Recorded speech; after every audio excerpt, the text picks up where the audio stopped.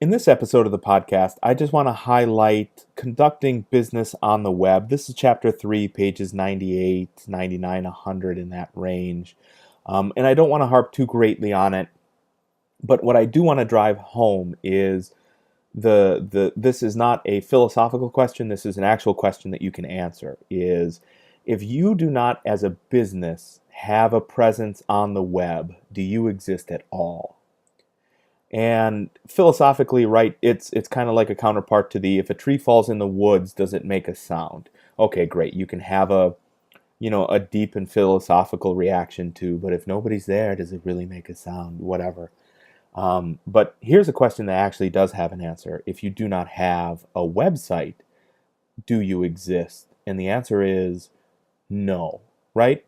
So if you are in a new town, and you're looking for coffee, right? So every time I go someplace new, I try coffee because, my heart would probably not beat if I didn't have massive amounts of caffeine because I gave up sleeping like 3 years ago. So when I am traveling, I am constantly in either need or desire of coffee, right? And if I have pulled into a parking lot and there's a coffee shop right there, I still go to Google or to Yelp or to something to see, is the coffee here any good or is it essentially hot black sludge? And if they do not have a website, I am not usually entirely inclined to have to go there. Even you, for those of you who grew up in Rockford and the surrounding area, right? You have probably known about Rock Valley College for as long as you have been here in town. That being true, didn't you go ahead and look it up before you enrolled in a program here? I'll tell you, excuse me, from the other side, before I even took the job here at Rock Valley, I was driving home from the Upper Peninsula in Wisconsin. I had just gotten done providing a seminar to a college up there, and I was driving home, and Rock Valley College called me back about scheduling an interview for the faculty position. Eventually, I did take. And I'll tell you, the first thing I did was they asked me, so do you remember Rock Valley College? And I said, sure, yeah, you bet. And I pulled over immediately to bring it up on my phone because I did not remember. And I needed more information right then and there about Rock Valley College, right? And the way I got that was by going to their website. The way I get information about coffee is by going to their website. The way you get information about any new product and service is by going to their website. It is not a philosophical question of, do you need a website? I don't know. I'm a small business. I don't really think I need to, reach out to the entire world. Sure you do. You absolutely do. There is no business now that is small enough. There is no business now that is large enough that it doesn't need to compete with every other business on the planet that offers similar products and service to them.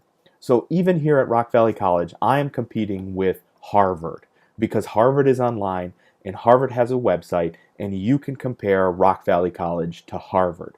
Whether or not they're even in the same category doesn't matter anymore. In town, if I'm at Meg's Coffee has to compete not just locally with Starbucks because they're up the road, but for every customer that comes to megscoffee.com or whatever their website is, I probably should have looked it up before, huh?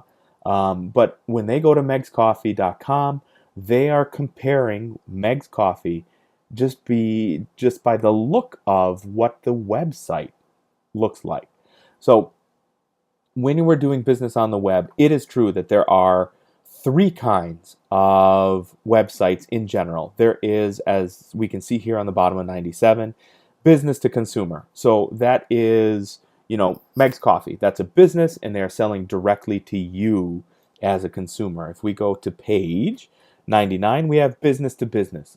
Best Buy actually has a B2B, business to business portal where I can get bulk sales of computer equipment because I am a business and I have a business need for more than one kind of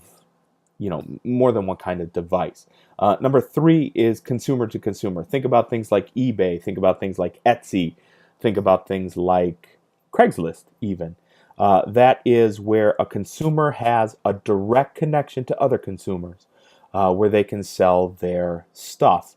But if you were a small Etsy shop, right? So you're a small business and you were hoping to sell purpose knit couch covers for things, right? Whatever the case may be.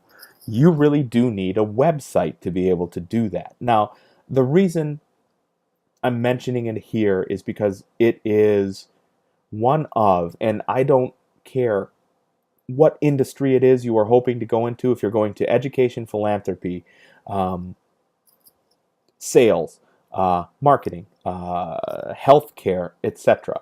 One of the top 5 core requirements of that job, or the top 5 sought after core requirements of an employee to fit any job in there, is web development skills. Now, this is really just it's two things. It's an advertisement and a foreshadowing. The foreshadowing part is the very last week of class, you'll actually be using tools to develop a web page. It's really a website. There are 4 individual web pages they're on, so it's a very, very simple web site. But what I'll tell you is, while you're here at Rock Valley College, and irrespective of the degree fields you're in, one of the electives you're always able to take is Web 101. The reason that it's baked into whether or not you're taking business or nursing or other, one of the reasons that Web 101 is baked into that program as an elective is because it has an immediate and colossal impact on your career arc in general. Web building skills are employability skills, full stop. Hopefully, we will bake into the HTML exercise here in CIS 102. Hopefully, we'll bake into that enough utility that you'll think to yourself, yeah, maybe I should take Web 101, because that course is going to have an immediate and impactful benefit on my career as a whole. So here in Chapter 3, everything internet-y is the World Wide Web, right? And that is what goes into making a good web page, what goes into you selecting a good website, what goes into good and ethical practices, and all those things I'm happy to have you read and follow along with.